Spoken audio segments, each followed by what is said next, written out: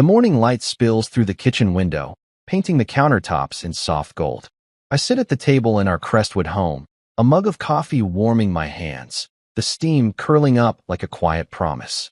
It's my birthday today, but it doesn't feel like anything special yet.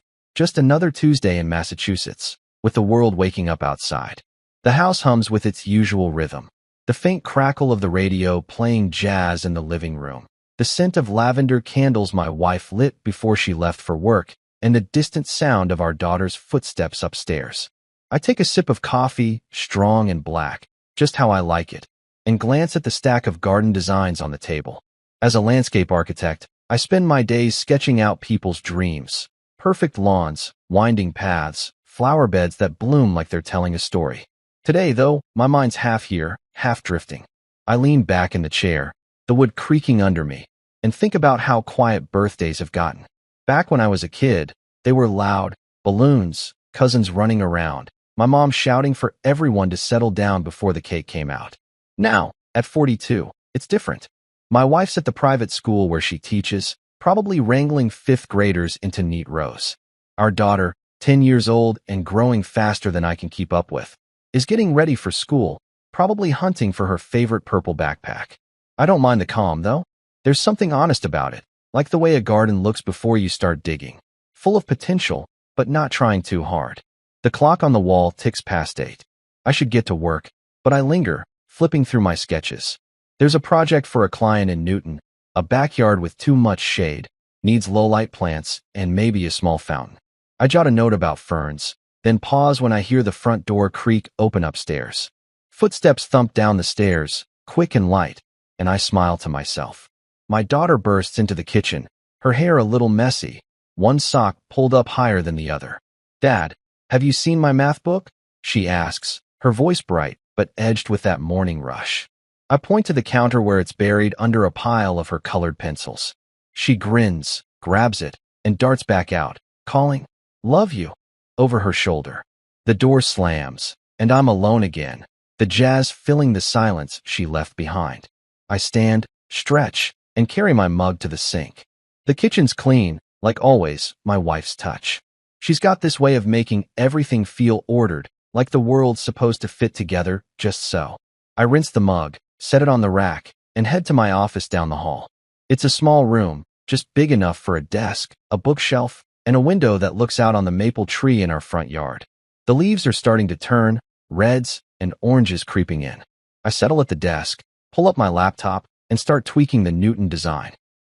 Lines and shapes come together under my fingers, a little like magic, though I'd never say that out loud. It's just work, but it's work I love. Around noon, the doorbell chimes, pulling me out of my focus. I frown, not expecting anyone. The radio's still playing, some saxophone solo that makes the house feel softer, and I walk to the front door, my socks quiet on the hardwood. Through the glass, I see a courier van parked at the curb, the driver already halfway back to it. On the porch is a small white box, no bigger than a dinner plate, with a clear plastic window on top. I pick it up, the weight light in my hands, and bring it inside. The box is cool to the touch, and when I set it on the kitchen counter, I see what's inside. A chocolate cake, frosted smooth, with delicate swirls piped along the edges. It's simple but beautiful, like something you'd see in a bakery window. Tucked under the ribbon is a folded note, handwritten in neat, looping script. I pull it free and read. "Happy birthday, Julian. Eat as much as you can. Melinda." I chuckle, shaking my head. My wife's sister, always doing something unexpected. She's a pastry chef, or at least she's trying to be, running her own little catering gig after years of bouncing between jobs. We don't talk much, never really have, but I've always thought she's got a good heart, even if she's rough around the edges. The cake's a nice gesture, more than I expected. I imagine her in her kitchen, mixing batter, humming to herself, maybe sneaking a taste of the frosting. It's a kind thought, and it warms me, like the coffee did earlier. I open the box, and the smell hits me. Rich cocoa, a hint of vanilla, the kind of scent that makes you hungry even if you just ate. I'm tempted to cut a slice right now, but I stop myself. My wife and daughter will want to share it tonight. Make a little moment out of it. That's how we do things, together, no matter how small it seems. I carry the cake to the fridge, sliding it onto the middle shelf next to a carton of milk, and some leftovers. It looks out of place, this perfect little dessert in our ordinary fridge, but I like it there. A surprise, waiting for us. I close the door and head back to my office, the note still in my hand. I set it on the desk, next to my laptop, and glance at it one more time before diving back into work. The jazz on the radio shifts to something slower, a piano melody that feels like it's wrapping the house in a blanket. Outside, the maple tree sways in the breeze, and I think about tonight. Dinner, laughter, maybe a candle or two on that cake. It's not a big deal, but it's enough. Birthdays don't need to be loud to matter. I pick up my pencil, start sketching again, and let the day roll on, quiet and steady, just the way I like it. The evening wraps around the house like a soft blanket, the kind of quiet that settles in after a long day. I'm in the dining room, setting the table for dinner, the clink of plates mixing with the hum of the oven warming up. It's still my birthday, though the morning's coffee and designs feel like they happened a week ago. The jazz from earlier is gone, replaced by the low murmur of the TV in the living room, where my daughter's curled up watching some cartoon about talking animals. I smile to myself, folding napkins, thinking how fast she's growing, 10 years old, already with opinions on everything from pizza toppings to what color our next car should be.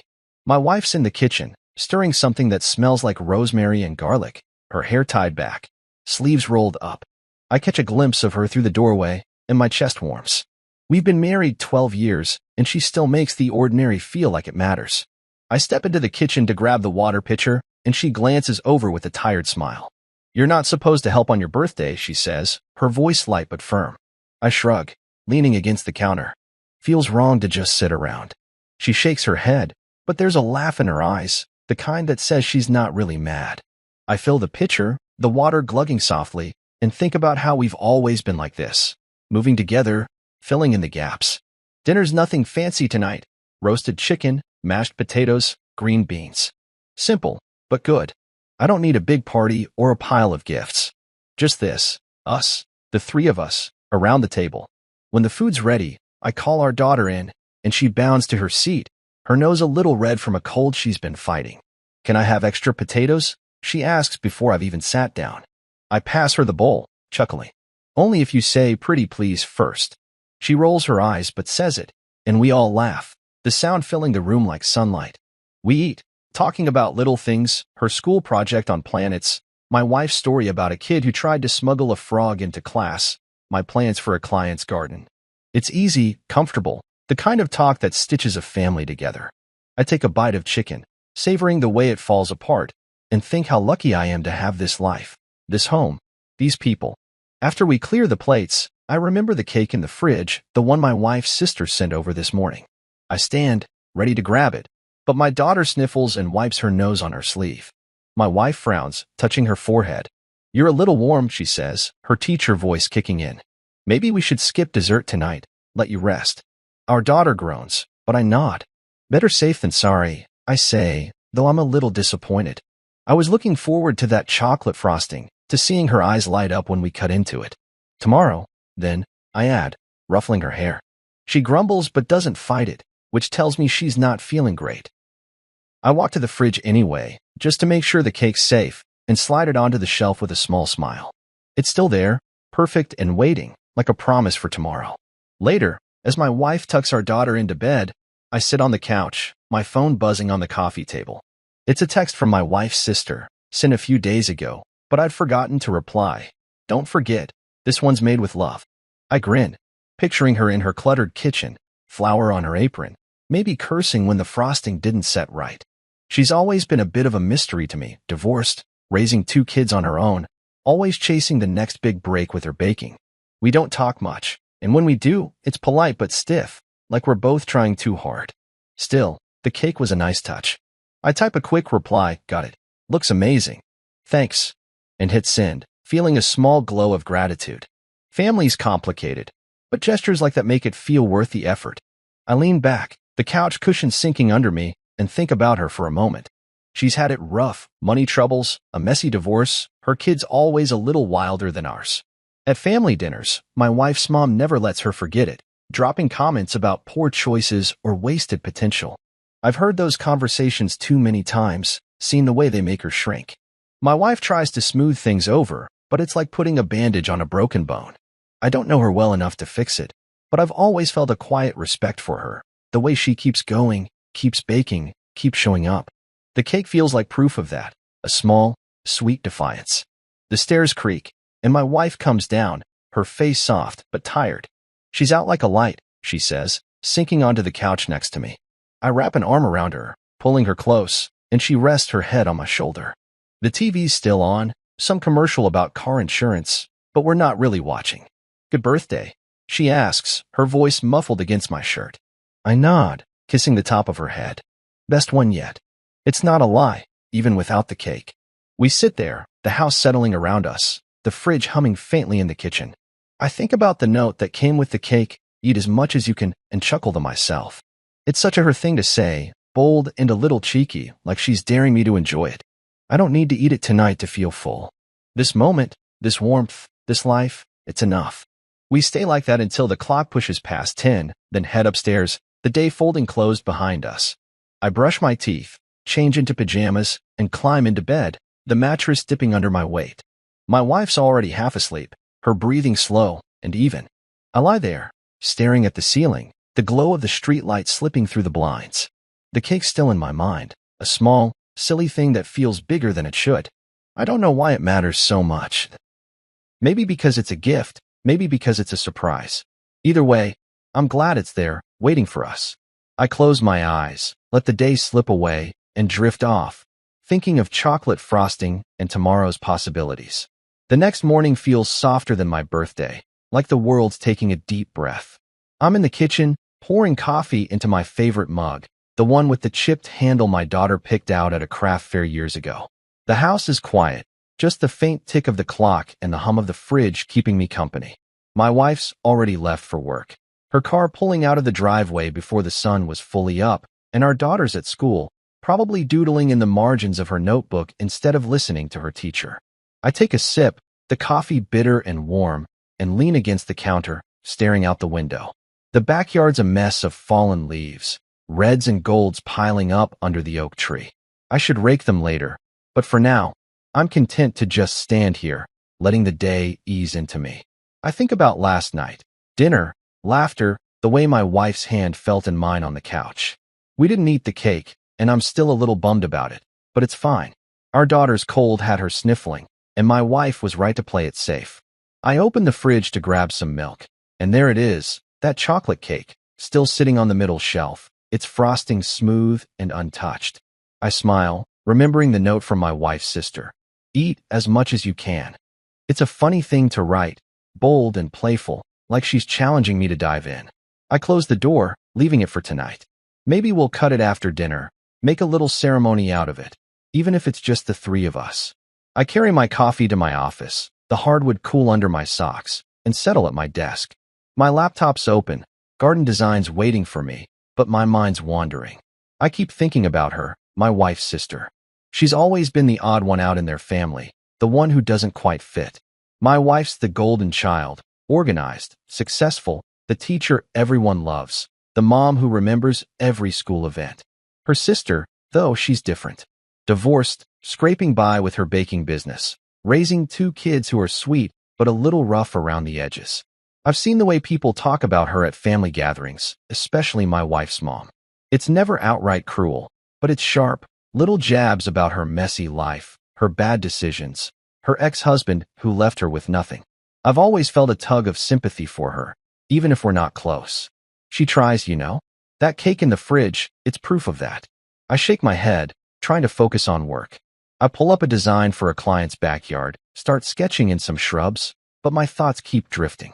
I remember the first time I met her, years ago, at our engagement party. She was late, her hair a little wild, her dress wrinkled, but she had this laugh, loud, unapologetic, that made the room feel alive. My wife was embarrassed, I could tell, but I liked her right away. Not in any big way, just. I saw someone who wasn't afraid to be herself, even if it didn't match the family's idea of perfect. Over the years, though, I've watched her fade a bit, like a flower that's been under too much shade. The divorce, the money struggles, the way her kids get side-eye for being too loud, it's all worn her down. I don't know her well enough to say much, but I've always thought she deserved better than the hand she's been dealt. The phone rings, snapping me out of it.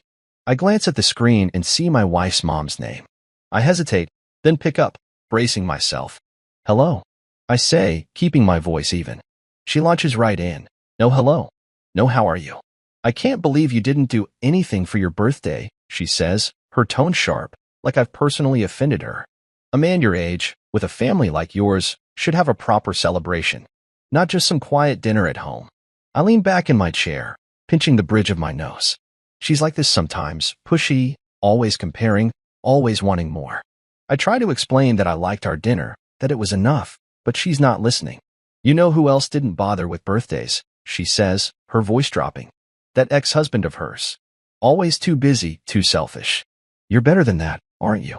I know she's talking about her older daughter's ex, and it stings, the way she drags him into this, drags her into it, too. I mumble something about being busy with work, and she finally lets me go, but the call leaves a sour taste. I set the phone down, staring at the garden design on my screen without really seeing it. I hate how she does that, picks at her own daughter like she's a stain that won't come out. My wife's heard it all her life, too, the comparisons, the pressure to be perfect so her sister's mistakes don't reflect on her. I've seen how it weighs on her, even if she doesn't say it out loud. She's upstairs now, probably grading papers or planning lessons, but I know she'll defend me if I tell her about the call. She always does, even when her mom's words cut deep. I stand, stretch, and walk back to the kitchen, needing to move. The fridge hums, and I open it again, just to look at the cake. It's still there, of course, its swirls of frosting catching the light. I think about her again, about how she must have spent hours on this, mixing, baking, decorating, all for me. It's a small thing, but it feels big, like she's saying something without saying it. I close the door and lean against the counter, my coffee cold now. The house is too quiet, and I realize I've been standing here too long, lost in my head. I shake it off, grab a broom, and head outside to sweep the porch, the crisp air waking me up. The leaves are falling faster now, and I think about how families are like that, beautiful, messy, always changing. I don't know what's coming, but for now, I've got this moment, this house, and that cake waiting for us. It's enough to keep me going. The sun's high now, 2 days past my birthday, and I'm out in the backyard, kneeling in the dirt with a trowel in my hand. The air's crisp, carrying the scent of damp earth and fallen leaves, and I'm planting bulbs for next spring tulips, daffodils, the kind that'll surprise us when winter finally lets go. Sweat beads on my forehead, even though it's cool, and I wipe it with the back of my glove, smearing dirt across my skin. The garden's my sanctuary, always has been. Out here, I can think, plan, make something grow where there was nothing. I dig another hole, drop a bulb in, and cover it gently, like I'm tucking it in. The house looms behind me, quiet except for the faint hum of a neighbor's lawnmower. My wife's at work, our daughter's at school, and I've got the day to myself, just me and the earth. I'm about halfway through the bag of bulbs when I hear tires crunching on the driveway out front. I pause, trowel hovering, and listen. A car door slams, then another, and there's the high-pitched chatter of kids' voices, excited, a little wild. I stand, brushing dirt off my jeans, and walk around the side of the house just in time to see my wife's sister's van pulling away. Her 2 kids are on the porch, her son lugging a backpack, her daughter clutching a stuffed rabbit that's seen better days. They spot me and wave, their faces bright but a little unsure, like they're not certain they're supposed to be here. I wave back, forcing a smile, and jog over. Hey, you too, I say, keeping my voice easy. What's up? Her son shrugs, kicking at the porch step. Mom said we could hang out here for a bit. She's got a job thing. His sister nods, her pigtails bouncing. Yeah, she was rushing. Said she'd be back soon. I raise an eyebrow, glancing at the empty street where the van's already gone. No call, no text, just drop them off like it's no big deal. It's classic for her, always moving too fast, always assuming things will work out. I could be annoyed, but I'm not really. The kids look happy to be here, and I'm not about to send them away. All right, I say, opening the front door. Come on in. You hungry? They barrel inside, their sneakers thumping on the hardwood, and head straight for the kitchen like they own the place. I follow, chuckling to myself. Her son's already got the fridge open, pulling out a jug of orange juice, while her daughter's climbing onto a stool, swinging her legs. Can we have snacks? She asks, her eyes big and hopeful. I nod, grabbing a bag of pretzels from the pantry and some apples from the counter. Just don't make a mess, okay? Your aunt's got a thing about crumbs. They grin, already munching, and I lean against the counter, watching them. They're good kids, even if they're a little loud, a little chaotic. I like having them around. It makes the house feel fuller, like it's stretching to fit them. I head back outside to finish the bulbs, leaving them to their snacks, but I'm not out there long before I hear laughter echoing from the kitchen, loud, uncontrollable, the kind that means trouble. I drop the trowel and jog inside, my boots tracking dirt across the floor. When I get to the kitchen, I stop dead. The fridge door's open, and there, on the counter, is the empty cake box, crumbs scattered like confetti. Her son's got chocolate frosting smeared on his cheek, and her daughter's licking her fingers, giggling so hard she's nearly falling off the stool. The cake, my birthday cake, the one my wife's sister sent, is gone. Not a slice left. I stare, my mouth half open, caught between shock and amusement. You ate the whole thing? I ask, my voice louder than I mean it to be. Her son looks up, guilty, but not sorry. It was just sitting there, he says, like that explains it. His sister nods, still giggling. It was so good. We couldn't stop. I run a hand through my hair, letting out a long breath. Part of me wants to be mad. That was my cake, after all, and we didn't even get to share it with our daughter. But then I look at them, their faces lit up, frosting everywhere, and I can't help it. I laugh. It starts small, then builds until I'm shaking my head, leaning against the counter to keep steady. You two are unbelievable, I say, but there's no heat in it. They grin, relieved, and I grab a sponge to start cleaning up the mess. By the time my wife gets home, the kids are sprawled on the couch, watching TV, the kitchen mostly back to normal. I meet her at the door, still a little dazed, and tell her what happened. Her face tightens, her lips pressing into a thin line. She didn't even ask if they could come over, she says, her voice low so the kids won't hear. And now they ate your cake? That's just, ugh. I shrug, trying to keep things light. It's not a big deal. They had fun. We'll get another dessert. She sighs, rubbing her temples, but nods. I can tell she's annoyed, not at me, not even at the kids, but at her sister, at the way she always seems to stir things up without trying. We order pizza for dinner, and the kids stay until late, their mom finally showing up with a rushed apology about her interview running long. I wave it off, tell her it's fine, and send them home with the last of the pretzels. After they're gone, the house feels too quiet again, like it's catching its breath. My wife's upstairs, reading to our daughter, and I'm alone in the kitchen, staring at the empty cake box still sitting on the counter. I toss it in the trash, shaking my head one last time. At least someone enjoyed it, I think, and that's enough for me. I turn off the light, lock the back door, and head to the living room, ready to let the day go. Tomorrow's another chance to make things right, and I'm okay with that. Morning light creeps through the office window, soft and gray, like the world hasn't decided what kind of day it wants to be. I'm at my desk, a fresh cup of coffee steaming beside me, the smell grounding me as I scroll through emails. It's the day after my wife's sister's kids raided our kitchen and demolished my birthday cake, and I'm still chuckling about it, even if my wife's not thrilled. The house is quiet, our daughter's at school, my wife's at her teaching job, and I'm alone with my work, sketching out a new garden layout for a client in Concord. The pencil scratches against the paper, lines forming paths and flower beds, but my mind's only half on it. I keep thinking about those kids, their frosting-smeared faces, the way they laughed like they'd pulled off some grand heist. It was a good moment, messy but real. I lean back in my chair, stretching my arms, and glance at my phone. No messages, just the usual notifications, weather updates, a reminder about a client meeting tomorrow. I'm about to dive back into my sketch when the phone buzzes, the screen lighting up with my wife's sister's name. I smile, figuring she's calling to apologize for dropping her kids off unannounced, or maybe to laugh about the cake. I pick up, keeping my voice light. Hey, good to hear from you, I say, leaning forward, elbows on the desk. What's up? Her voice comes through, bright and warm, like she's standing in a sunny kitchen somewhere. So, did you love the cake? She asks, a teasing edge to her words. I laugh, picturing her stirring batter, maybe sneaking a taste of the frosting she made for me. Actually, I say, still grinning, your kids came over yesterday and ate the whole thing. Guess I missed out.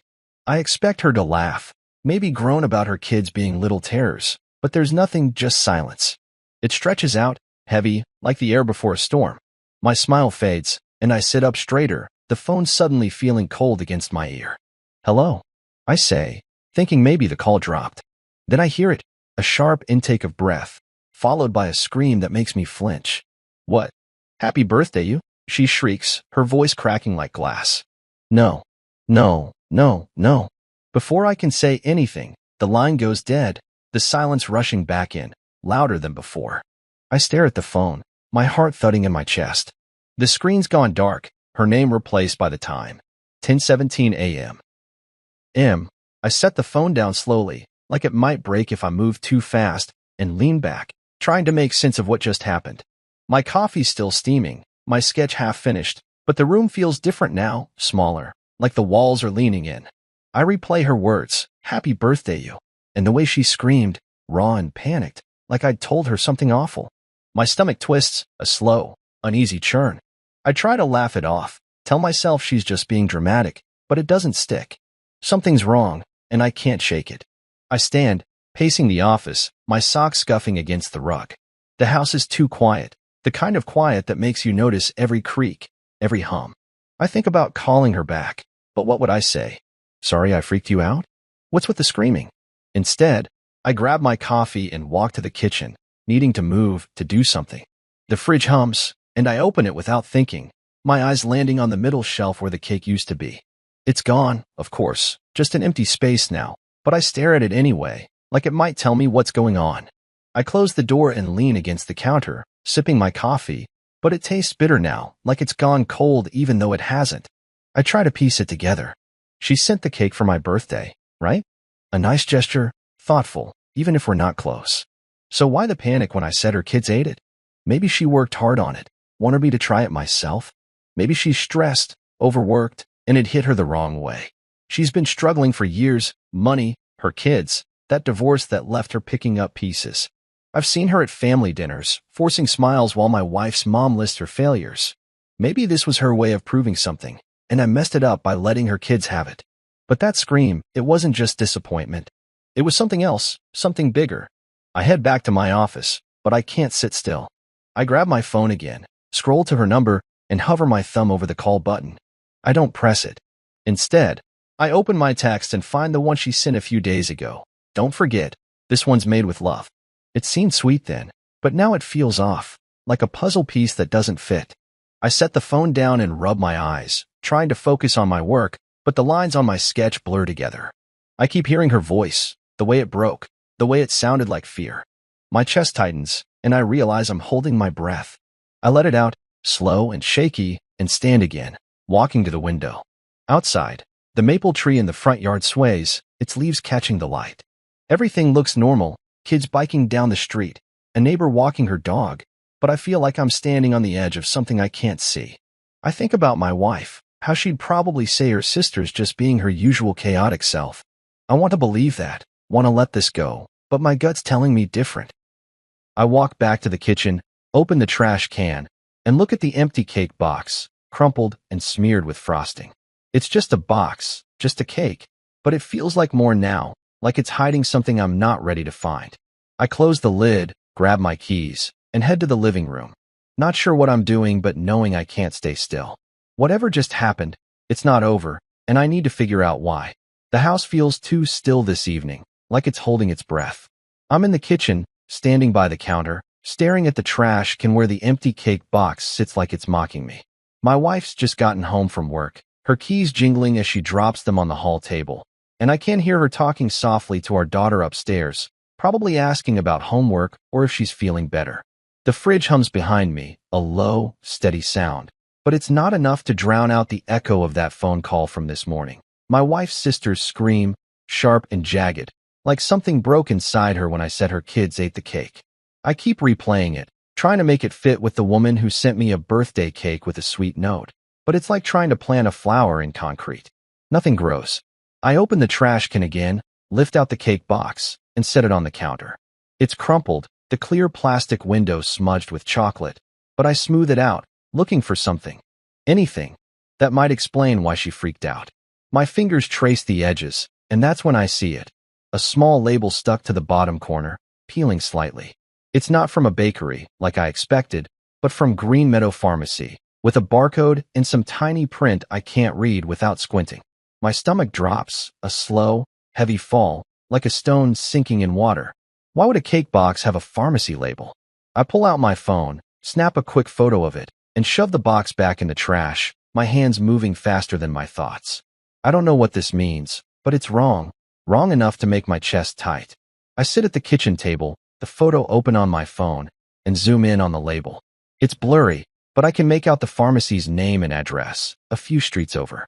My mind races, throwing out possibilities, each one worse than the last. Maybe it's nothing, a mix-up, a recycled box she grabbed by mistake. But that scream keeps coming back, the way her voice cracked, like I'd told her something horrible. I rub my temples, trying to calm down, but it's no use. I need to tell someone, need to hear it out loud to make it real or prove it's not. My wife's footsteps come down the stairs, soft and familiar, and I look up as she walks in, her face tired but warm. Long day, she asks, heading to the fridge for a glass of water. Yeah, I say, my voice rougher than I mean it to be. I hesitate, then slide my phone toward her. Something happened today? With your sister? She raises an eyebrow, setting the glass down, and I tell her about the call. How I mentioned her kids ate the cake, how she screamed and hung up. I show her the photo of the label, my thumb hovering over the screen. I found this on the box. It's from a pharmacy, not a bakery. I don't know what's going on, but it feels off. She frowns, leaning in to look, her brow creasing the way it does when she's grading a paper that doesn't add up. That's weird, she says, but her tone's light, like she's already half dismissed it. She's probably just stressed. You know how she gets, always making a big deal out of nothing. I nod, wanting to agree, but the knot in my gut won't loosen. Maybe, I say, but I'm not convinced. I can see she's not either, not completely, but she's tired, and I don't want to push her into worrying when I don't even know what I'm worried about. She picks up her glass, takes a sip, and changes the subject, asking about my day, my work. I answer on autopilot, my mind still on that label, that scream, the empty space in the fridge where the cake used to be. Dinner comes and goes. Spaghetti, our daughter's favorite, with her chattering about a science project. But I'm only half there, my fork moving through the motions while my thoughts spin. After we clean up, our daughter heads to her room to read, and my wife settles on the couch with a stack of papers to grade. I can't sit still, though. I grab my phone and slip into the office, closing the door softly. The photo's still open, the label staring back at me like a question I can't answer. I try to work, sketching out a garden path, but the lines come out crooked, and I give up, tossing the pencil down. I keep thinking about her, my wife's sister, about the way she's always been the one who doesn't fit, the one who gets the sideways glances at family dinners. I've never been close to her, but I've seen her try, seen her show up with desserts she spent hours on, even when everyone's too busy judging her to notice. That cake was supposed to be one of those moments, wasn't it? So why the pharmacy label? Why the panic? I open my laptop, type Green Meadow Pharmacy into the search bar, and scroll through the results. Hours, reviews, a map pinpointing it on the edge of town. Nothing useful, just the usual stuff. I lean back, staring at the ceiling, and think about calling her again, but the idea makes my stomach churn. What would I say? Why'd you scream? What's with the pharmacy? It feels too big, too direct, like stepping into something I'm not ready for. Instead, I text a friend who works in retail, asking if pharmacy labels on food boxes are normal. He replies quick, weird, but could be a reused box. Check the fine print. I zoom in on the photo again, but the print's too small, and my eyes are burning from staring too long. The clock ticks past 9, and I realize I've been in here too long. I close the laptop, pocket my phone, and head to the living room. My wife's still grading, her pen moving in steady scratches. She looks up, smiles, but I can tell she's exhausted. You okay? She asks, and I nod, forcing a smile back. Just thinking, I say, and leave it at that. I sit beside her, the TV flickering with some show neither of us is watching, and try to let it go, try to believe it's nothing. But the label's burned into my mind, and that scream, it's still ringing in my ears, loud enough to keep me awake long after the house goes dark. The morning air bites at my knuckles as I grip the steering wheel, driving through Crestwood's quiet streets. It's barely past 8, and the town's still waking up, dog walkers, delivery vans, kids trudging to school with backpacks bouncing. I'm headed to Green Meadow Pharmacy, the cake box label from yesterday burning a hole in my mind. My wife's at work, Our daughter's at school, and I'm supposed to be in my office sketching garden designs, but I can't focus, not after that scream on the phone, not after finding that pharmacy label where a bakery should have been. The photo's still on my phone, tucked in my pocket like a secret I don't want to carry. I don't know what I'm looking for, but I need answers, something to make sense of the unease twisting my gut since my wife's sister hung up on me. The pharmacy's on the edge of town, a small brick building next to a gas station, its sign faded but bright enough to spot.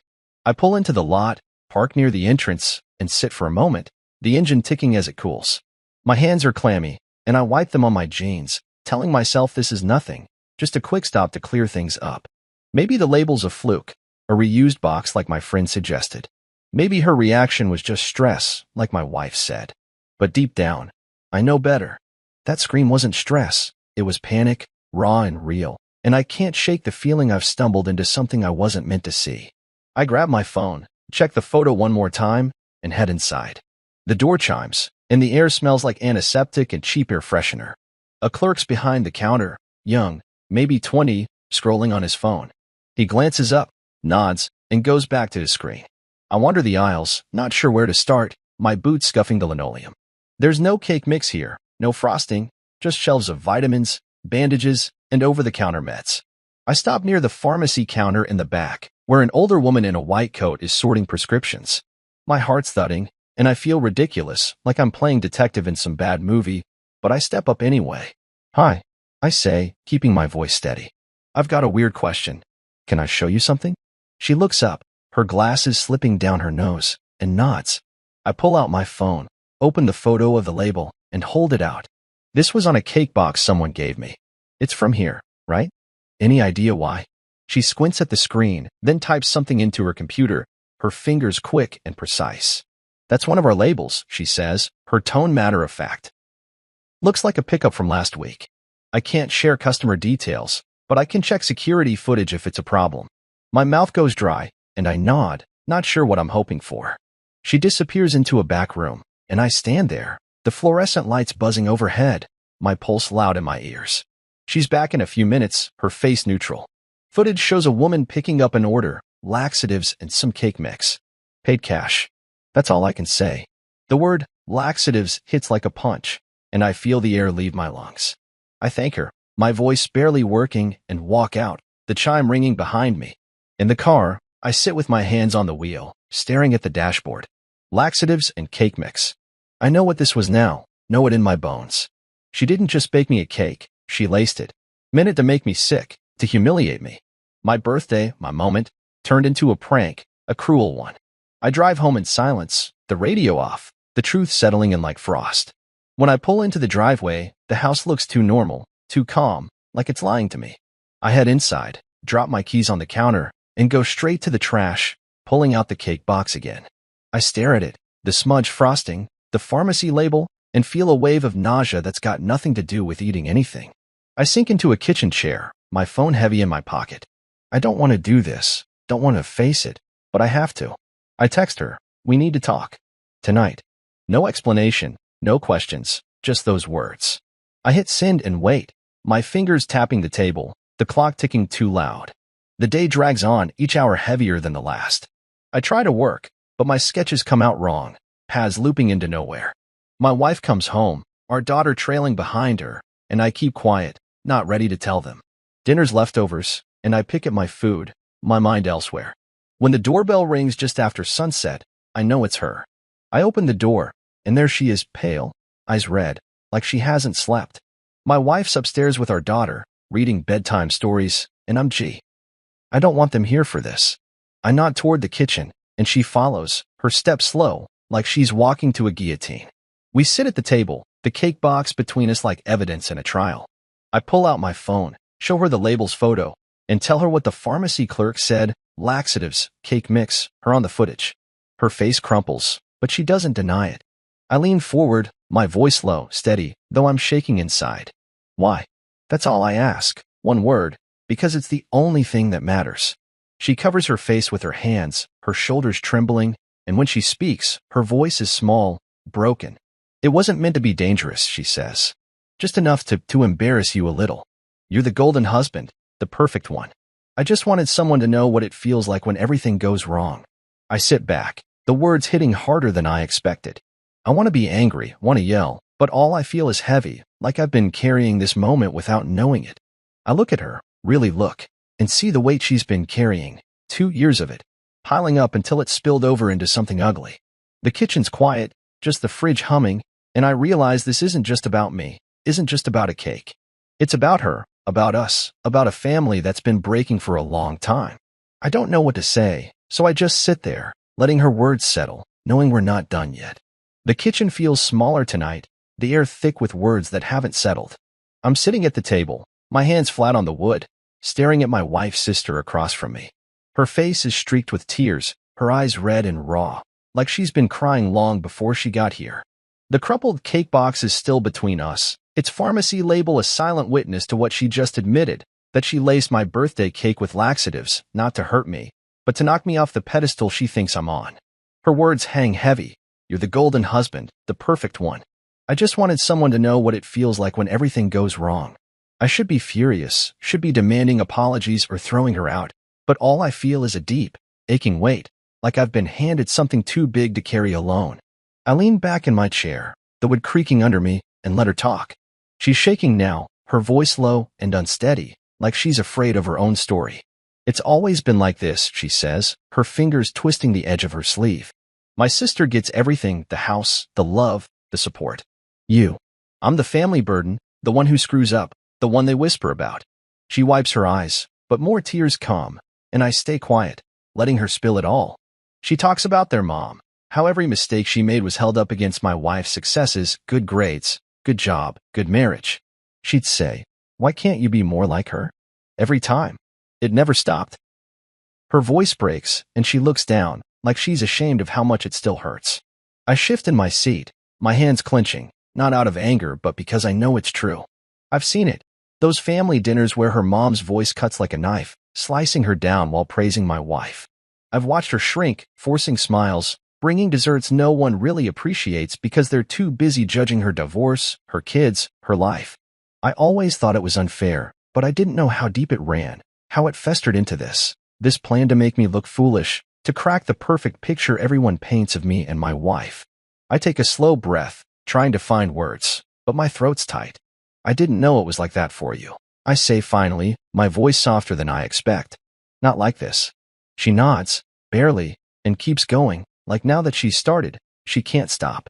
It's not just mom, she says. It's everything. My marriage fell apart because I was trying to be someone I'm not, perfect, like her. My kids feel it, too. They know they're the messy ones compared to your daughter. I'm tired, you know? Tired of being the one who's never enough. Her words hit me hard, not because they're about me, but because I can see it now, the years of comparisons, the pressure, the way it's worn her down to someone who'd do something this desperate, this wrong, just to feel seen. I think about her kids, sweet but wild, always a little out of place at family gatherings, and my heart aches for them, too. I glance at the cake box, its smudged frosting a reminder of how close this came to being worse. But why my birthday? I ask, keeping my tone gentle, not accusing. Why this? She looks up, her eyes meeting mine for the first time, and there's something raw there, something honest. Because that's when everyone's looking at you, she says. When they all clap and smile, when you're the center of it all.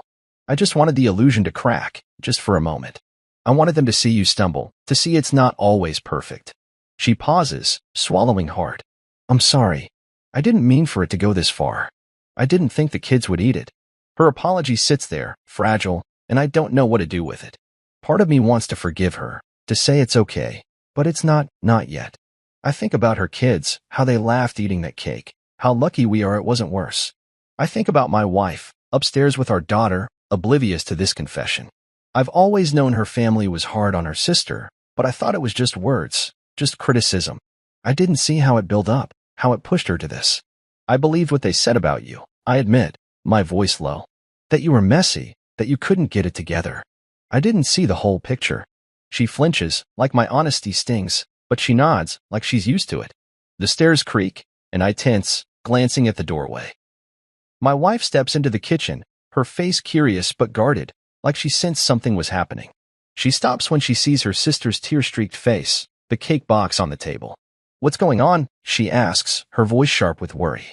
I open my mouth to explain, but her sister beats me to it. her words tumbling out.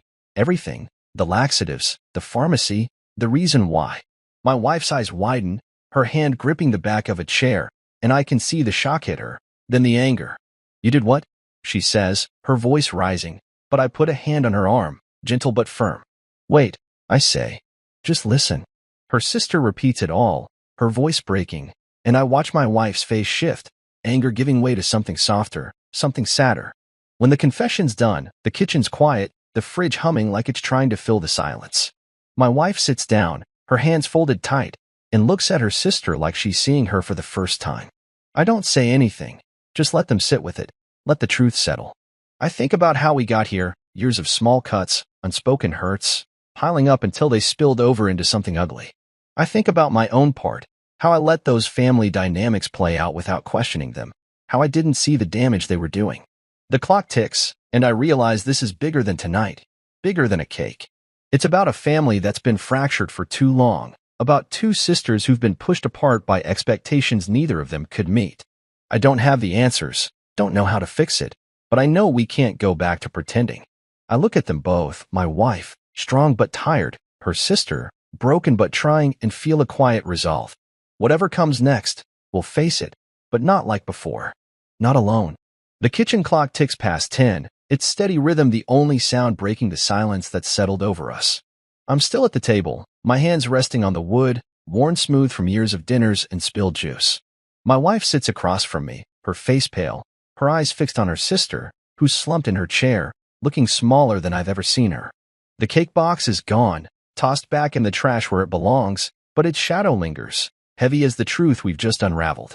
My wife's sister admitted everything, lacing my birthday cake with laxatives, not to hurt me, but to make me falter, to smear the perfect picture she thinks we live in. She's cried herself out, her confession raw and jagged, and now we're here, three people trying to figure out what comes next. My wife's hand is clenched on the table, and I can feel the storm brewing in her, the hurt and anger ready to spill. She stands suddenly, her chair scraping the floor, and points at her sister.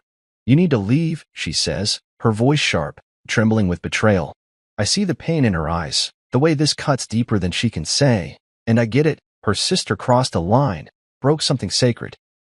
But I also see the woman across from me, broken in her own way, carrying years of wounds we've all ignored. I reach out, touching my wife's arm gently, my voice steady despite the ache in my chest. This isn't just about what she did, I say, looking between them. It's about what we've all let happen. She freezes, her eyes meeting mine, and I see the fight drain out of her, just a little. She sinks back into her chair, and I turn to her sister, who's staring at the table like she's afraid to move. I take a deep breath, the air feeling heavy, like it's carrying the weight of everything unsaid. We can't pretend anymore, I say, my words slow, deliberate. Not after this. We've all been part of it, your mom's comparisons, the way we let them divide you two. I didn't see it clearly until now, but I'm seeing it, and we need to fix it. My wife's sister looks up, her eyes wide, like she didn't expect me to say that, and my wife's hand softens under mine, her fingers uncurling. I'm not sure where this is coming from, this need to hold us together, but it feels right, like planting a seed in soil that's been left barren too long. My wife speaks then, her voice quieter, raw. I'm so tired, she says, not looking at either of us, just staring at the table. Tired of being the one who's supposed to have it all together, the one who's supposed to make everyone happy. I didn't know it was this bad for you. She glances at her sister, and there's something new in her eyes, not anger, but recognition, like she's seeing her for the first time in years. Her sister nods, a small, shaky movement, and whispers, I didn't want to hurt you. I didn't know how to stop feeling like this. The words are fragile, but they're honest, and I feel the room shift, like a crack in a wall letting light through. We talk then, really talk, for the first time I can remember. My wife admits how their mom's expectations crushed her, too, always pushing her to be perfect, to prove she wasn't like her sister. I never stood up for you, she says, her voice breaking. I should have, but I was scared of letting her down. Her sister wipes her eyes, shaking her head. I didn't make it easy, she says. I kept messing up, kept pushing you away. I listen, my hands still on the table, feeling like I'm witnessing something sacred, something that's been buried too long. I think about my own part, how I stayed quiet at those family dinners, how I let their mom's words slide because I didn't want to rock the boat. I didn't see how they built up, how they pushed her sister to this desperate act. I speak up, my voice low but firm. Your mom's part of this, too, I say, looking at my wife. She's been pitting you against each other forever, and we've let her. That stops now. They both nod, slow and certain, and I feel a spark of hope, small but real. We decide, right there, to talk to her mom together, not to fight, but to set boundaries, to say enough's enough. It won't be easy. Her mom's stubborn, sharp-tongued, always ready to defend her way, but it's necessary, like pruning a tree to let it grow right.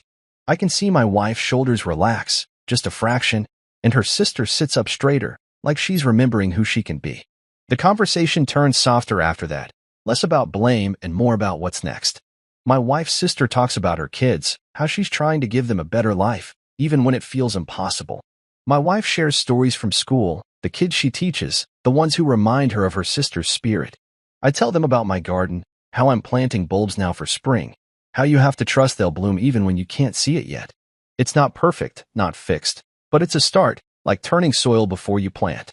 I look at them, my wife, strong but human, her sister, flawed but fighting, and feel something settle in me, a quiet strength I didn't know I had. The clock hits 11, and we're all drained, the kind of tired that comes from carrying too much for too long. Her sister stands, her coat draped over her arm, and looks at us like she's afraid this moment will vanish. Thank you, she says, her voice small but clear. My wife nods, and I do, too, knowing we're not done, knowing this is just the beginning. She leaves, the front door clicking shut behind her, and my wife and I sit there, alone in the kitchen, the fridge humming softly. I reach for her hand, and she squeezes mine, her fingers warm against my skin. We'll be okay, I say, and for the first time tonight, I believe it. The house feels different now, not perfect, but honest, like a garden after a storm, messy, but ready to grow. The evening air is cool, carrying the faint scent of grilled burgers and blooming jasmine as I step out of the car in front of my wife's sister's new apartment. It's been 6 months since that night in our kitchen, when her confession about the laced cake cracked open years of buried hurts, and tonight feels like a milestone, a new page we're writing together. It's my birthday again, 43 now, and we're here to celebrate, not at our house, not with the usual quiet dinner, but here, in her modest home, with everyone together. I close the car door, my boots crunching on the gravel lot, and glance at my wife beside me, her face soft in the streetlight's glow. Our daughter's already bounding ahead, her backpack bouncing, excited to see her cousins. I take my wife's hand, her fingers warm against mine, and we follow, the weight of the past still there but lighter, like a shadow that's starting to fade. We climb the stairs to the second floor, the railing wobbly but sturdy enough, and I can hear laughter spilling out from the open door, her kids, loud and joyful, mixed with the clatter of dishes. I smile to myself, thinking how different this feels from last year, when a cake became a secret that nearly broke us. My wife knocks lightly, and her sister appears, an apron tied over her jeans, her hair pulled back, but a little messy, like she's been cooking all day. You made it, she says, her voice bright, and she pulls us into a hug, one by one, even me. It's warm, unguarded, and I hug her back, feeling the change in her, in us. She's still herself, bold, a little chaotic, but there's a steadiness now, like she's found her footing. The apartment's small but cozy, with string lights draped over the windows and a mismatched table set for dinner. Her son's showing off a photo project he's been working on, black and white shots of the town, some I helped him frame last month. And he grins when I nod approvingly, his usual shyness gone. His sister's tugging at my wife's arm, offering a bracelet she made from colorful beads, and I watch my wife slip it on, her smile real, not the polite one she used to wear around her sister's kids. Our daughters already joined them, laughing as they argue over which board game to play later. I stand by the counter, taking it all in, the warmth of it, the way it feels like family, not perfect, but trying. My wife's mom is here, too, sitting quietly in a corner chair, her hands folded in her lap. She's different tonight, subdued, watching her daughters move around the room, without her usual sharp comments. We confronted her a few months ago, the three of us, me, my wife, her sister, sitting her down to talk about the comparisons, the expectations that drove a wedge between them. It wasn't easy. She pushed back, defensive, but we held firm, setting boundaries she's still learning to respect. She's trying, though, and that's something. I catch her eye, and she nods slightly, like she's acknowledging the work we're all doing. I nod back, then turn away, not needing more than that. Dinner's a spread of comfort food, lasagna, garlic bread, a salad with too many tomatoes, just how I like it. We crowd around the table, elbows bumping, passing plates and stories. Her son talks about school, how he's joined the photography club. His sister chimes in about a science fair she's excited for. Our daughter listens, her eyes bright, and I realize how much she's grown to love her cousins, how they're not just visitors anymore, but part of her world. My wife shares a funny story about a kid at school who tried to convince her the moon's made of cheese, and we laugh, the sound filling the room like music. I stay quiet mostly, eating, watching, letting the moment sink in. It's not loud or fancy, but it's enough, more than enough. After we clear the plates, her sister disappears into the kitchen and comes back with a cake, vanilla with strawberry icing, simple but beautiful, its surface smooth except for a single candle in the center. Made from scratch, she says, setting it in front of me with a shy smile. No surprises this time. I laugh, the memory of last year's cake sharp, but softened by everything we've been through. The room goes quiet as she lights the candle, the flame flickering in her eyes, and I feel everyone watching, not judging, not comparing, just here, together. I close my eyes, make a wish not for myself, but for this, for us, for it to last, and blow out the candle. The cheers are loud, messy, perfect. We cut the cake, and I take the first slice, the icing sweet and light, the cake soft against my fork. I pass pieces around, making sure everyone gets one, even my wife's mom, who takes hers with a small smile. We eat, the table alive with chatter, and I think about how far we've come. 6 months of hard conversations, of rebuilding what was broken. My wife's sister started a small baking business, nothing big, but steady, and she's renting this place on her own, a step toward stability. My wife's been opening up more, letting go of the need to be perfect, and I've been there for both of them, not fixing things, just listening, showing up. It's not a fairy tale, but it's real, like a garden after a long winter, finally starting to bloom. As the night winds down, the kids sprawl on the couch, playing cards, while my wife and her sister clean up, their voices soft but easy, like sisters who've remembered how to talk. I step outside to the balcony, needing a moment to breathe, the cool air sharp against my skin. The town stretches out below, lights twinkling in the dark, and I think about last year's birthday, quiet, then shattered by a secret. This one's louder, fuller, better. I hear the door slide open behind me, and my wife steps out, her bracelet catching the light. She leans against the railing, close enough that I can feel her warmth. "Good birthday," she asks, her voice soft. I nod, pulling her close. "The best," I say, and mean it. We stand there, the night wrapping around us, and I know, whatever comes next, we'll face it together, always together.